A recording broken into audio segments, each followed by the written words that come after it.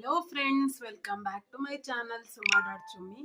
So ಇವತ್ತು ಮಾತನಾಡ್ತಾ ಇರೋವಂಥ ವಿಷಯ, ಸೊ ಇದು ಲಕ್ಸುರಿಯಸ್ ಲೈಫು ಬಡವ್ರಿಗೂ ಹೆಂಗೆ ರೀಚ್ ಆಗೋ ಥರ ನಮ್ಮ ಹಿಂದಿನ ಕಾಲದ ಒಬ್ಬ ವ್ಯಕ್ತಿ ಮಾಡಿದ್ರು ಅಂತ ಅದ್ರ ಬಗ್ಗೆ ಮಾತಾಡೋಣ. ಒಂದು ಬ್ರ್ಯಾಂಡ್ ಬಗ್ಗೆ, ₹1 ಕ್ಲಿನಿಕ್ ಪ್ಲಸ್ ಶಾಂಪೂ ಆಗಿರ್ಬೋದು, ಚಿಕ್ ಶಾಂಪೂ ಆಗಿರ್ಬೋದು, ಅದನ್ನು ಪರ್ಚೇಸ್ ಮಾಡಿರೋವಂಥ ನೆನಪು ನಿಮಗಿದೆ ಅಂತ ನಾನು ಭಾವಿಸ್ತೀನಿ.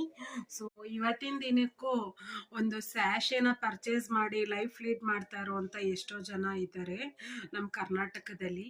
ಸೊ ಈ ಒಂದು ಈ ಸ್ಯಾಶೆಟ್ ಐಡಿಯಾನ ತಂದಿದ್ದು ಯಾರು ಅಂತಂದ್ರೆ ನಿಮಗೆ ಗೊತ್ತಾ?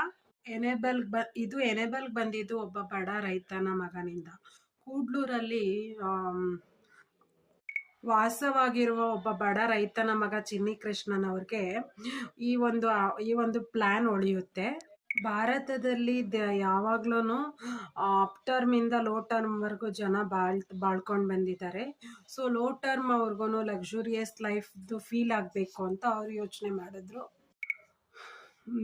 ಭಾರತದಲ್ಲಿ ದಿನಗೂಲಿ ಮಾಡುವಂಥ ಜನರು ತುಂಬಾ ಇದ್ದರು.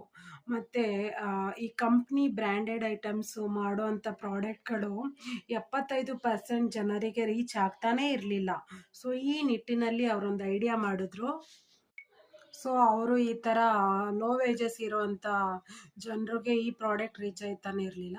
ಯಾಕಂದರೆ ಅವ್ರಿಗೆ ಬರೋ ದುಡ್ಡು ಹೊಟ್ಟೆಗೆ ಬಟ್ಟೆಗೆ ಜೀವನ ನಿರ್ವಹಣೆಗೆ ಸಾಕಾಯ್ತಾ ಇರಲಿಲ್ಲ. ಸೊ ಈ ಓವರ್ ಲಕ್ಸುರಿ ಬ್ರ್ಯಾಂಡೆಡ್ ಪ್ರಾಡಕ್ಟ್ಸ್ನ ತೊಗೊಳಕ್ಕೆ ಅವ್ರಿಗೆ ಆಗ್ತಾನೆ ಇರಲಿಲ್ಲ. ಚಿನ್ನಿ ಕೃಷ್ಣ ಅವ್ರಿಗೆ ಒಂದು ಐಡಿಯಾ ಬರುತ್ತೆ. ಸೊ ಬರೀ 5% ಜನಕ್ಕೆ ಮಾತ್ರ ನಾನು ಯಾಕೆ ನನ್ನ ಬ್ರ್ಯಾಂಡ್ಸ್ನ ವ್ಯಾಪಾರ ಮಾಡಬೇಕು ಅಂತ ಅವ್ರಿಗೊಂದು ಐಡಿಯಾ ಬರುತ್ತೆ. ಸೊ ಬಡವರು ಕೂಡ ಸಾಹುಕಾರು ಇಷ್ಟಪಡೋದನ್ನ, ಸಾಹುಕಾರು ತಗೊಳ್ಳೋವಂಥ ಪ್ರಾಡಕ್ಟ್ಸ್ನ ಅವರಾದ್ರೂ ಒಂದ್ಸರಿ ಅನುಭವಿಸ್ಬೇಕು ಅನ್ನೋ ಒಂದು ಚಿಕ್ಕ ಆಸೆ ಅವ್ರ ಮನಸ್ಸಲ್ಲಿ ಇದ್ದೇ ಇರುತ್ತಲ್ವಾ. ಸೊ ಅದಕ್ಕೆ